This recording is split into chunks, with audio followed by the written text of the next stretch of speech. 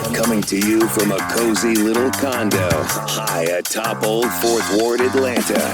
Welcome to The Ron Show on America One Radio. Here's your host, Ron Roberts. I mean, so much for but her emails, right? I mean, I think we crossed that threshold long ago, but here we are talking about an app that I don't think a whole lot of people knew about. But it's odd. We were talking with George Cheedy last week on this very show, and he name-dropped the Signal app because he, as a journalist, uses it because he knows he has sources who also like to use it to relay information to journalists sometimes without there being a digital paper trail. Hello and welcome to The Ron Show on America One Radio, Progressive Voices via TuneIn or wherever you podcast. I'm not going to pretend to tell you that I know what using a secure device, non-secure device. I have fumbled around a lot over the last few hours. In fact, getting up this morning, even talking with a friend of mine who is still in the U.S. military, a high-ranking enough military official who knows all about handling classified documents, classified material, on secure, non-secure internet protocol routers, et cetera. So I'm going to fumble around on some things that may not be clear necessarily to me hours ago, but I feel a little bit more comfortable about and will relay some information. Okay, first things first, for those who just may not, I don't know, maybe you had a deep 2-day sleep, you don't know about this. Here's the story. The Atlantic's top editor, this is a remarkable story, says he was added to a text group where US Defense Secretary Pete Hegseth shared detailed plans for bombing Houthi militants. So to the Middle East, Jeffrey Goldberg says he received a connection request via the encrypted messaging service Signal from National Security Advisor Michael Waltz. The White House spokesperson says the report appears to be authentic, and they're reviewing how the journalist was added to the conversation. Now, let me take you to Leo Notenboom of AskLeo.com. Leo used to work for Microsoft for about 18 years, writing software, managing folks who did, and he explains why he was going to Signal. I want to explain why and encourage you to evaluate your situation and consider it as well. Now, throughout this video, I'm going to be quoting a blog written by a federal employee, a guide to using Signal for government workers. Quote, Signal messages are always end-to-end encrypted between your device and the recipient's device. Note the always. The only people able to see your communications are yourself and the persons you're communicating with. There's no one to intercept, record, or report your messages. And by the way, this is where I would point out, like, if you are a government employee, a federal government employee, say maybe you work at the CDC or some other federal agency that is being targeted by MAGA right now, maybe you should use the Signal app to communicate with your other employees to know what's going on and to brace yourself or your agency for whatever you necessarily deem to be a priority for your agency or its mission to continue carrying out its mission until such time as you are unable to anymore. I mean, maybe the bright side of this is that, hey, now more people know about the Signal app to be able to use it to dodge scrutiny from the Trump administration in the interim. I don't know. We'll see. Let me replay something he said real quick, though. The only people able to see your communications are yourself and the persons you're communicating with. And that's a good thing, except when you accidentally invite a journalist from a major magazine into a conversation with national security interests being bandied about. Quote, the only information Signal has is when a user signed up and when they last used Signal. They have no information about who you chat with or call, your contacts, or even your profile ID. This means that even if asked or demanded, Signal has nothing to offer.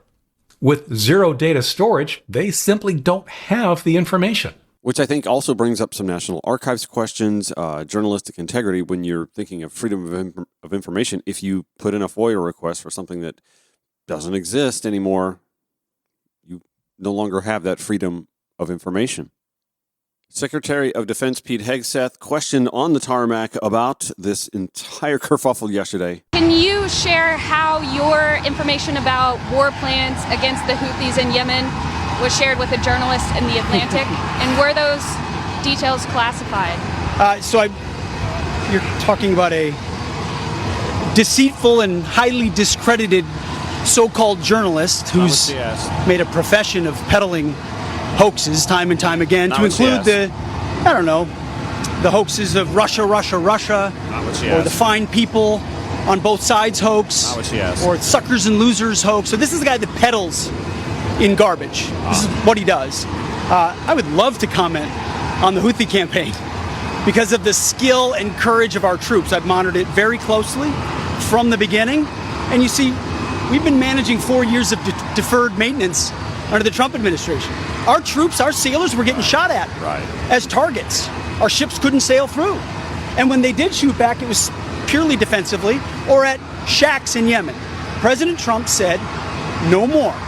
We will reestablish deterrence. We will open freedom of navigation, and we will ultimately decimate the Houthis, which is exactly what we're doing as we speak from the beginning, overwhelmingly. Why were those details shared on Signal, and how did you learn that a journalist was privy to the targets, the types of weapons used? I've heard I was characterized.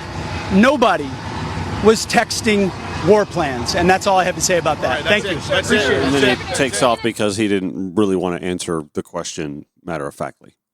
Now, to his credit, Jeffrey Goldberg went on MSNBC last night with Jen Psaki, former Biden White House spokesperson, and gave a measured response to him being smeared like from a petulant man baby. Well, he sucks and his feet stink, and my God, it's like third grade crap. You got caught, man. You and your tribe got caught. Just own it. By the way, the White House sort of has. Donald Trump sort of has. Just own it. Anyway, here is Goldberg after listening to that rant on the tarmac. I'm going to be responsible here and not disclose the things that I read and saw. I will describe them to you. The specific time of a future attack, specific targets, including human targets, meant to be killed in that attack, weapon systems, even weather reports, that the government is I don't know why Hegseth was sharing it with everybody. I mean, the precise detail, and then a long section on sequencing. This is going to happen. Then that is going to happen. After that happens, this happens. Then that happens. And then we go and find out if it worked. I mean, he can say that it wasn't a war plan, but it was a minute by minute accounting of what was about to happen, organized by CENTCOM, Central Command, which is the military oversight group of the Middle East, the broader Middle East.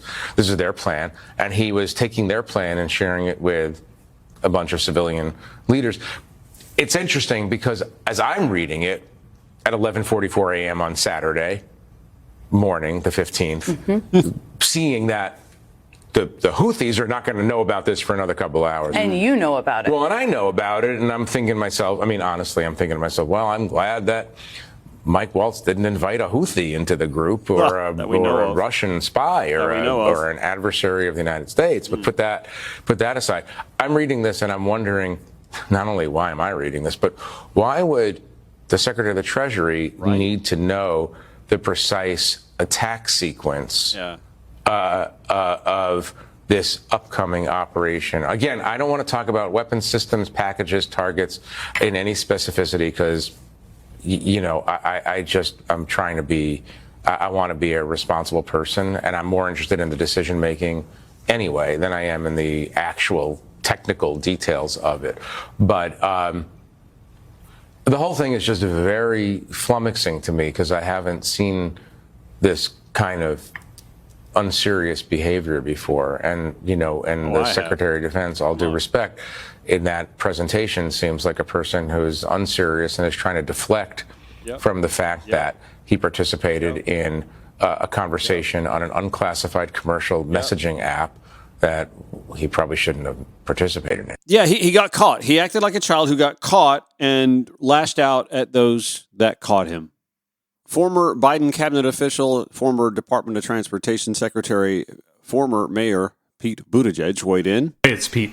I try not to jump in with a take on everything or comment on everything we see in the news of the day, but What we learned about today is truly incredible.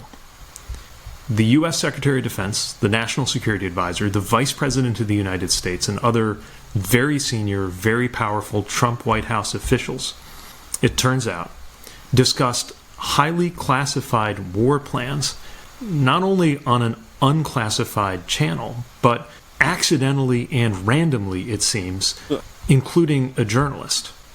And to see this administration claiming that it cares about competence and merit, and then be responsible for an epic fuck-up like this, demonstrates that these are not serious people.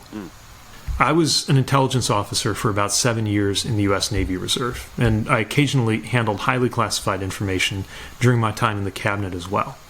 It can be hard to explain just how much goes into keeping that information safe. It is only available to people with a security clearance and a need to know.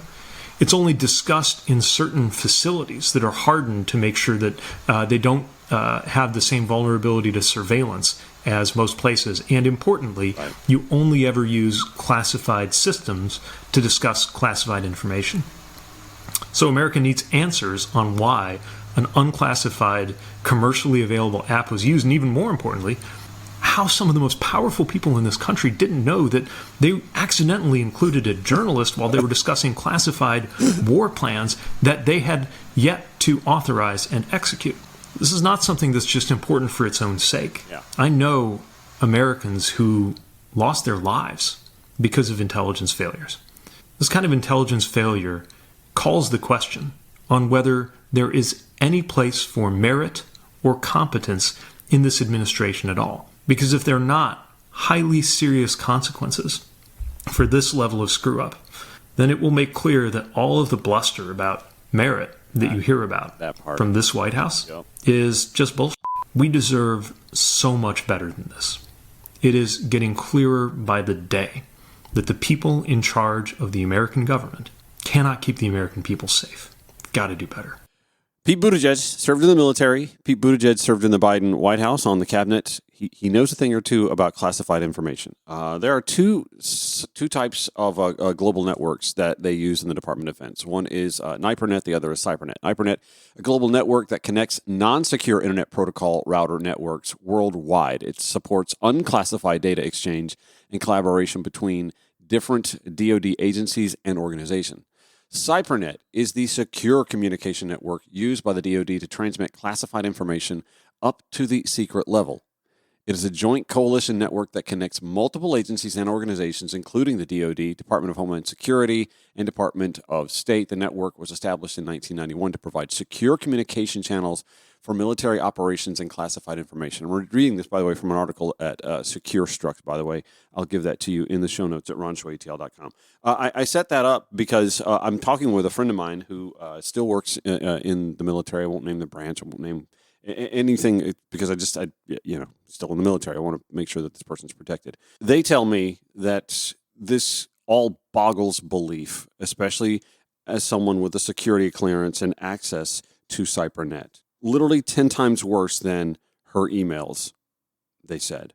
This person also told me that they have a government-issued secure phone, and it's an iPhone. And what makes it secure is the Microsoft Azure platform that holds their email certificates. But that's still only on the NIPRNet, the non-secure internet protocol. The U.S. government CyberNet isn't broadcast in any form via a cellular tunnel. The government phone that my friend has is basically software hardwired to a VPN to the government's non-secure network.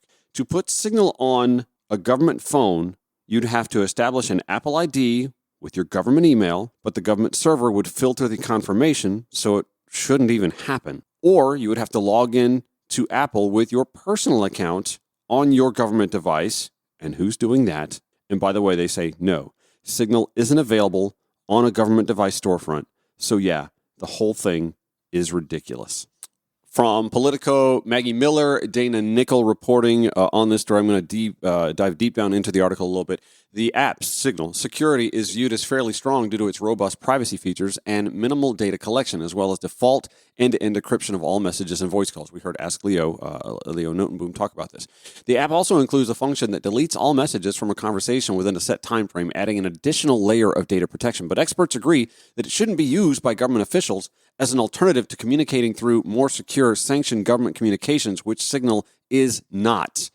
It's so unbelievable, a former White House official granted anonymity to discuss the Atlantic's report candidly said Monday. These guys all have traveling security details to set up secure comms for them wherever they are.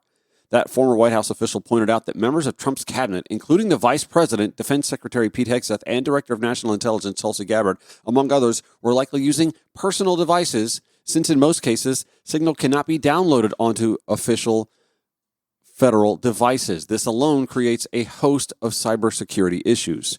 Their personal phones are all hackable, and it's highly likely that foreign intelligence services are sitting on their phones watching them type this shit out, the former White House official warned. Thank you for listening to The Ron Show. We've got more to discuss on this. Going to take a quick breather here.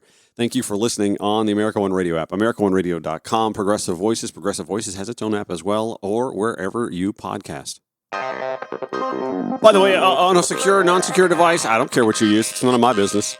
You can follow The Ron Show on your preferred social media platforms, although I am not on Signal. At Ron Show ATL on Facebook, Twitter, X, Instagram, Threads, Blue Sky. I mentioned that. And yes, on Substack. I have to admit, I'm kind of new to Substack, and so sometimes I forget to update my latest stuff. But I do get around to that eventually. And by the way, The Ron Show does also have an account on dailycoast.com, so that if you happen to be a Cossack and that's where you prefer to get your information, that's fine. I do a diary every time an episode comes out. I want to dive into the Politico piece a little bit more because they go a little bit further to let you know that the seriousness of the stupidity of using an app like Signal on non-secure phones. And by the way, I'm already getting pushback from right-wingers who are questioning the authenticity of this, or Hegseth wasn't the one. Why are we blaming Hegseth?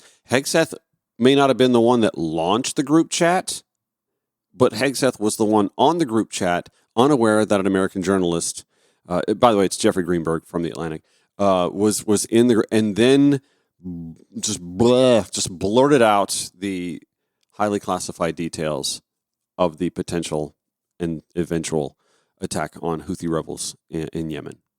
Back to the Politico article I was reading from earlier. Jacob Williams, former hacker at the NSA and vice president of research and development at cybersecurity consulting firm Hunter Strategy, said Signal is not, quote, accredited for classified data. One of the biggest risks of using Signal, according to Williams, is where the data can be stored. People can link Signal messaging to a desktop application, he said. This means that Signal data is being delivered to potentially multiple desktop and laptop computers where it isn't being stored in a phone's secure enclave. The data is then at risk from commodity malware on the system. Signal users also aren't able to tell which contacts have accounts linked to their desktop, so the risk can't be adequately evaluated, he added. I mean, if you don't think the Chinese aren't sitting back and keeping tabs on the personal devices being used by Trump cabinet officials, by J.D. Vance. I mean, remember we freaked out over a floating balloon for a few days during the Biden presidency. A floating balloon. Remember how just aghast the right was about this? Their pundits just absolutely floored. And then and then Fox News is just out there just making light of this. Take a listen to Jesse Waters. Did you ever try to start a group text? You're adding people and you accidentally add the wrong person. All of a sudden, your Aunt Mary knows all your raunchy plans for the bachelor party. Well, that kind of happened today with the Trump administration. Mike Waltz was putting together a group chat on Signal, an encrypted app, with the Secretary of Defense, the VP, and a bunch of other national security officials to collaborate on whether to strike Iranian proxies in Yemen who keep firing missiles and shutting down shipping. Well, National Security Advisor Mike Waltz accidentally added a reporter to the group text, and not a good reporter. Jeffrey Goldberg from The Atlantic, one of the biggest hoax artists around. This guy. Well, he heard some things he probably shouldn't have, but could have been a wee bit of a security breach. But it's not like they homebrewed a server and then bleached it or kept classified documents in their garages next to their Corvette. Here's the what about. I'm sure it won't happen again. Okay, so that is the long and the short of it. That is just how concerned, Fox News is about this. And by the way, we mentioned classified documents in the garage by the Corvette, but not classified documents in the crapper at Mar-a-Lago. Huh? That's fascinating, interesting. Huh? I wonder why they only focused on Hillary's emails and Biden's storing of classified stuff in the garage by the Corvette. Kudos, by the way, to the folks at CNN for piecing together this lovely piece of work. If there was anyone other than Hillary Clinton, they would be in jail right now. Nobody is above the law, not even Hillary Clinton, even though she thinks she is. Mishandling classified information is still a violation of the Espionage Act. When you have the Clinton emails, on top of the fact that the sitting president of the United States admitted he had documents in his garage, they didn't prosecute, they didn't go after these folks. By the way, all of the folks that you just heard in those in that clip, all of those voices, those were folks who were on that chat I just spoke about in the first 20 minutes of today's show. Oops. And the sad thing is, this administration will do something so jaw-droppingly stupid or evil that this will be no news by tomorrow. It's The Ron Show, America One Radio, Progressive Voices via TuneIn. Broadcasting 5 days a week to make common sense common again. This is The Ron Show on America One Radio. So the first few paragraphs before the paywall. Honestly, at this point, The Atlantic should remove the paywall. Everyone should be able to read Jeffrey Goldberg's article covering how he wound up in a group chat, a text chat. Ooh, I hate text chats. My God. I've got my Friday lunch group. We do a text chat, and I speak often of my friend Ludwig. He's one of my best friends, one of the most lovable creatures on the planet. He can also be one of the most annoying people on the planet. And I say that with love, and he knows I'll say that to his face. He likes to text everybody about his man crush on Spencer Strider, even though I'd say 2/3 of the people in the chat don't give a rat's ass about the Braves or Spencer Strider. We all get 1,000% of Ludwig's interests in our group text, whether we want it or not. I, as a matter of fact, have that text chat muted so that I don't get the bzz, bzz, bzz, because when he gets going, he gets going. When he and another one of our friends, Jeremy, or somebody, when they get talking politics, I get my fill of this on this show. I advise everyone, if you need an outlet, start a podcast. That's my outlet. I don't talk politics away from this show very often. Honest to God, I don't, and I don't have to, because I just go, I got a podcast. Put out a new episode today on all the podcast platforms, by the way. You can also listen live 9 a.m., 5 p.m. on America One Radio. Progressive Voices via TuneIn or on its app at 11 p.m. So anyway, let's go through the first few paragraphs before the paywall of Jeffrey Goldberg's accounting of winding up in a Signal app group chat with a ton of Trump cabinet secretaries, along with the Secretary of Defense, Pete Hegseth, the Treasury Secretary. Why was the Treasury Secretary in that? But, by the way, not the President of the United States. Well, why is POTUS not in this? Anyway, here's how the story goes. The world found out shortly before 2 p.m. Eastern Time on March 15th that the United States was bombing Houthi targets across Yemen. I, however, he wrote, knew 2 hours before the first bombs exploded that the attack might be coming. The reason I knew this is that Pete Hegseth, the Secretary of Defense, had texted me the war plan at 11:44 a.m. The right, by the way, it's just, it wasn't Pete Hegseth. No, it was Pete Hegseth. It wasn't Pete Hegseth who invited him to the group chat, but it was Pete Hegseth who texted the information into said group chat. Greenberg continues, the plan included precise information about weapons packages, targets, and timing. This is going to require some explaining. So the chief explainer of the Trump presidency, Donald John Trump. I don't know anything about it. I'm not a big fan of The Atlantic. To me, it's a magazine that's going out of business. I think it's not much of a magazine, but I know nothing about it. You're saying that they had what? They were using Signal to coordinate on sensitive materials and having to do with what? Having to do with what? What were they talking about? How did he not know this? The Houthis? You mean the attack on the Houthis? Right. Well, it couldn't have been very effective because the attack was very effective. I can tell you that. I don't know anything about it. You're telling me about it for the first time. So you heard the president's words there, and he certainly looks like he is hearing about this for the first time. However, if that is true, that certainly raises many questions of a different kind. That the story has been out for more than 2 hours at that point when he spoke there, and if he was not briefed on it, that is also very interesting. We know this president is someone who receives news often by watching television on his own, by looking at the social media on his own. He's been a big critic of the Atlantic, but he said he didn't know about it. We will see if that continues. But the bottom line here is the White House is reviewing how Jeffrey Goldberg got added to this chain, and also reviewing whether this type of conversation should have been on this chain in the first place. Yeah. So we know the answer to that is no. Jeff Zeleny, by the way, reporting there from CNN. I'll include that in the show notes at ronshowatl.com. These are unserious people. Kamala Harris told us that Donald Trump was an unserious man. And we are looking at high-level administration officials, cabinet members, who are using an unsecure app, likely on unsecure devices, handling classified information. That is an unserious way to go about doing your job. Never mind the fact that the six-time bankrupter of 4 businesses wants to take swipes at the Atlantic, or that Pete Hegseth, who was the weekend host at Fox and freaking Friends, wants to take swipes about journalistic ethics and integrity at Jeffrey Goldberg, editor of the Atlantic. Which actually makes me pivot a little bit to media and how our national political media is going to we know how talk radio is going to handle this. We know that Fox News is going to do their thing. We know MSNBC is going to do their thing.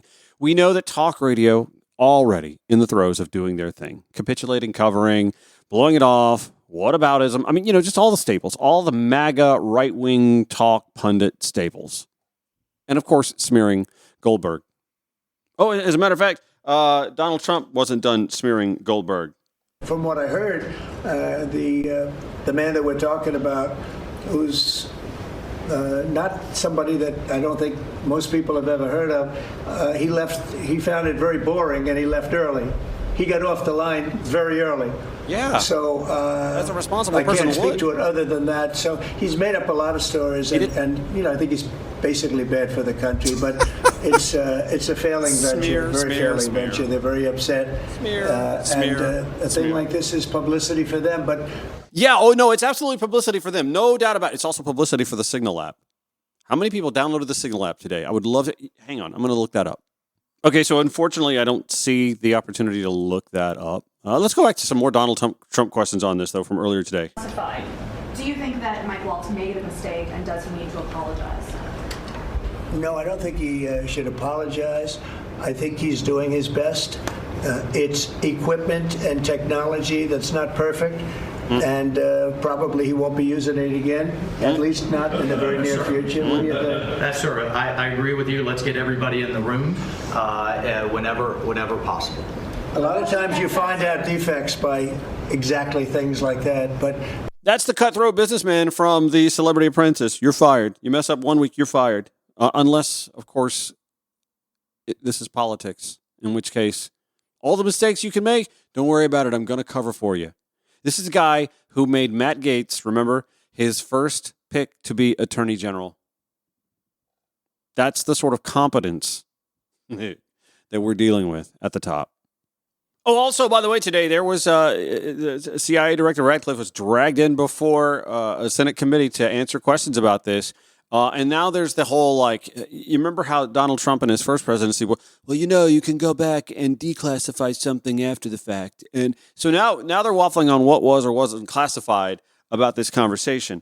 Senator Michael Bennet quizzing Ratcliffe about one important little detail about who else was on that group chat. And we're not talking about the journalist from the Atlantic. I heard you say it. We'll let the American people decide. Let me ask you one final point. I'm out of time. It. Well, are you going to give me a chance? Is it appropriate? Did you know that the president's Middle East advisor was in Moscow on this thread while you were, as director of the CIA, participating in this thread? Were you aware of that? Are you aware of that today?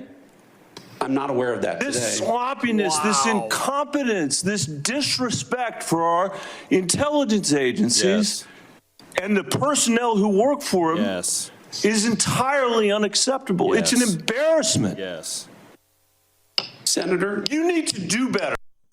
You need to do better. Bennett had more to ask him, though. Did Jeff Goldberg somehow, did he create a hoax that allowed him to become part of this signal thread? Good question. Please answer the question. You don't insult the intelligence of the American people. Too late. Did he invite himself to the signal thread? I don't know how he was invited, but clearly he was added. Clearly it was. Finish your sentence, please. Clearly he was added to the signal group. Your question is... You don't know that the president's national security advisor invited him to join the signal thread? Everybody in America knows that. Does the CIA director not know that? I've seen conflicting reports about who added the reporter to the signal messaging group. You think that it's perfectly appropriate that there was a reporter added, especially one that the Secretary of Defense says is deceitful, highly discredited, a so-called journalist. And here's the other thing. Donald Trump's already thrown Mike Waltz under the bus. And back to the whole classified, unclassified thing. I love this back and forth with Senator Mark Warner. Very briefly. I mean, I think it strains the audience and the watching public's credibility if we're talking about timing, packages, that somehow this would be okay to put out, or just, frankly, senior American officials trashing Europe. I've been around this for a while. This is not information you generally put out. Yep. And the notion there's not even acknowledgement of, hey, gosh, we screwed up. Thank you. Is stunning to me. And the idea somehow, well, none of this was classified, but we can't talk about it here. You can't have it both ways. Thank you. No, he makes a valid point. I mean, they didn't want to answer questions. In fact, what was it that Tulsi Gabbard was asked earlier in this hearing today? Oh, yeah, here it is. Yes, Senator, I was. Were you using your private phone or a public phone for the signal discussions? I won't speak to this because it's under review by the National Security Council. Once that review is complete, I'm sure we'll share the results with the committee. What is under review? It's a very simple question. Are you a private phone or an officially issued phone? What could be under review? Right. National Security Council is reviewing all aspects of how this came to be, how the journalist was inadvertently added to the group chat, and what occurred within that chat across the board. But so you are not going to disclose anything about whether you use the phone? Nope.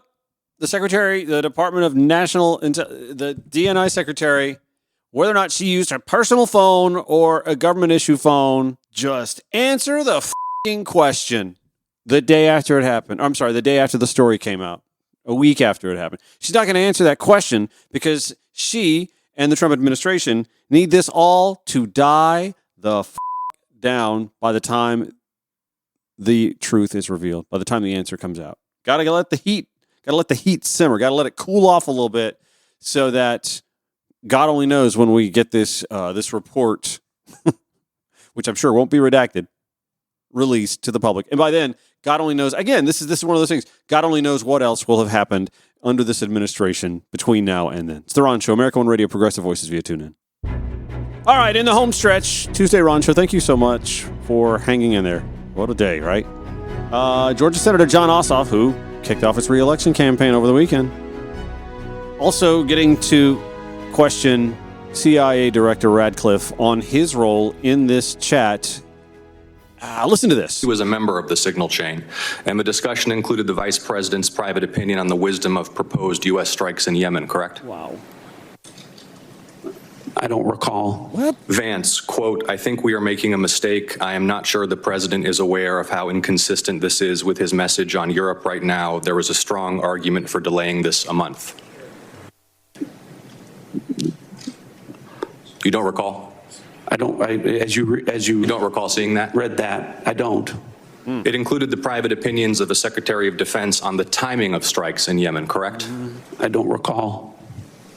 Director Ratcliffe, surely you prepared for this hearing today. You were part of a group of principals, senior echelons of the U.S. government, in now a widely publicized breach of sensitive information. You don't recall whether the Vice President opined on the wisdom of the strikes? That's your testimony today under oath? In that setting, I don't recall. Here's what Secretary Hegseth said, quote, waiting a few weeks or months does not fundamentally change the calculus. Two immediate risks on waiting. One, this leaks and we look indecisive. Two, Israel takes an action first or Gaza ceasefire falls apart and we don't get to start this on our own terms. Your testimony is you don't recall the Secretary of Defense sending that message or reading it? I recall there being an exchange. I don't recall the specifics as you're reading it.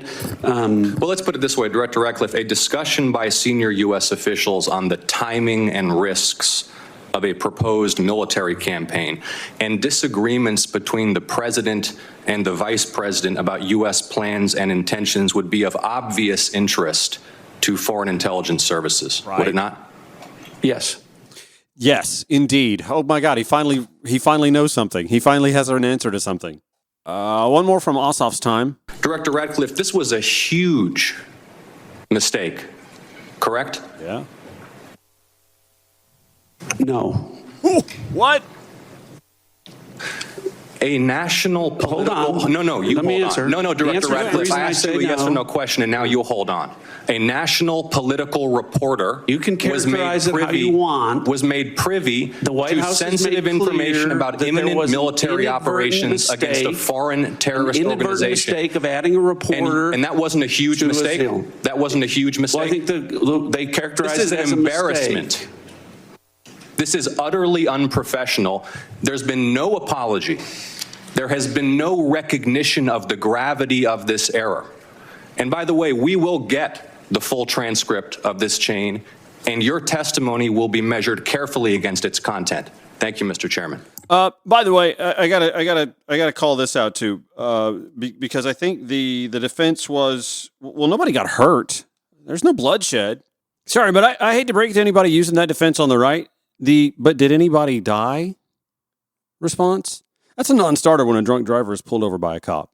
And the last point I'll make on this, because I'm running low on time, obviously, this is going to be something of a canary in the coal mine, a bit of a test case to see how national political media handles a scandal of this sort.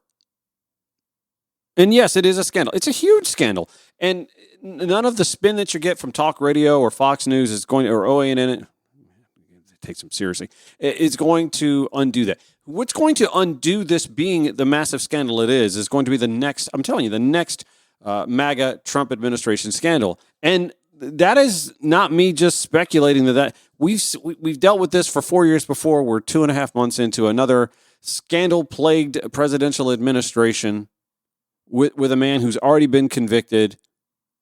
He is a convicted.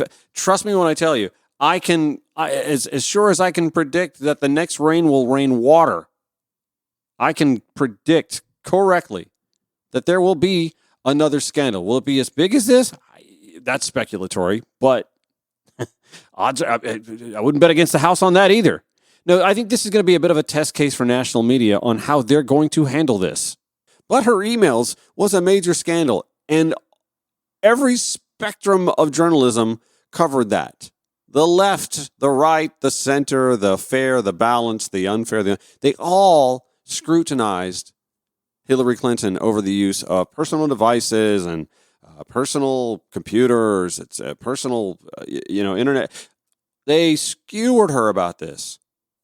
And now we're going to see, this is a bit of a trial balloon, we're going to see how journalism covered this. The fact that, by the way, you even heard Jesse Waters go, so maybe this wasn't a good thing, maybe some security, even that capitulation. And by the way, the Trump White House confirmed, the NSC confirmed validity of the information. This isn't just, Jeffrey Goldberg at the Atlantic, the failing left-wing liberal rag Atlantic. This isn't, Jeffrey Goldberg concocting something out of nowhere. It's all been verified. It's all been validated. And the whataboutism, the swipes at the Atlantic, the swipes at Goldberg, that's all distraction. This is, like I said, in most presidential administrations, this would be a major story. This would be a major scandal. People would be losing their security clearances, if not jobs altogether, over this, because what a tremendous fuck up that is. We went over the security problems, sharing classified information through an app where someone could be sitting at a desktop computer and just pulling the information and storing it and using it. And if you don't think the Chinese aren't doing that, if you don't think the Russians are doing that, if you don't think our foreign enemies aren't doing that very thing, then you're just too naive. And while Jesse Waters is blowing this off as, who didn't start a group text every now and again and mistakenly add somebody you didn't want to add and maybe say something about them, not realizing they're in the group text. Let me remind you how they were about balloon. In fact, I'm going to use some work here from The Daily Show's Desi Leidick to fox-explain how they handled another spy situation that could have gone horribly wrong. Balloongate. Sleepy Joe Biden just let a Chinese spy balloon float across the United States. Remember this? We know nothing about where this balloon came from or what it can do, which is why it's so important to endlessly speculate about it. Yeah. And is that bioweapons in that balloon? Did that balloon take off from Wuhan? Why would we take that long? Is it possible that our president was getting permission from the Chinese to take it down? Trump wanted to nuke a hurricane. You guys won't even throw a dart at a balloon? Well, I've been watching Fox News for 132 hours straight, and I'm ready to talk Balloon Ghazi. Joe Biden has two main roles as president. Number one, enforce the Constitution. Number two, protect Americans from foreign balloons. Newsflash, he's failing on both counts. How am I supposed to explain this balloon to my children? They love balloons. They hate China. What if this balloon came from Wuhan? What if it was full of COVID? Or worse, critical race theory? Hold on a second. Biden shot the balloon down over the ocean where Osama bin Laden lives? So it's okay for Biden to shoot down a balloon, but when I do it, I get kicked out of my nephew's birthday party? My sister won't talk to me. So why didn't Joe shoot down this balloon sooner? Oh, because some of the debris could have killed some Americans? That's what made President Trump so great. He would have popped that balloon no matter how many Americans he had to kill. Yeah. In conclusion, I am a single issue voter now, and that issue is balloon defense. That and making sure that the M&Ms have the correct genitals. But mostly balloon defense. Those were good times. Oh my God. So this is the latest scandal, and it's not a minor one. I mean, we've had the Trump administration firing and then scrambling to rehire nuclear experts. We've had the Trump administration firing and then scrambling to rehire bird flu experts for the USDA. We've had the Trump administration fire and then scrambling to rehire FAA people as planes were falling out of the ground within its first couple of months. And now we have a bunch of high-level dunderheads deciding to get together on Signal to have a little group text about clearly whether they want to go back and unclassify something or not. You're just literally moving the goalpost. You're literally saying, well, we got to the 15-yard line and we moved the goals in, so that's a touchdown. That's literally all they're doing.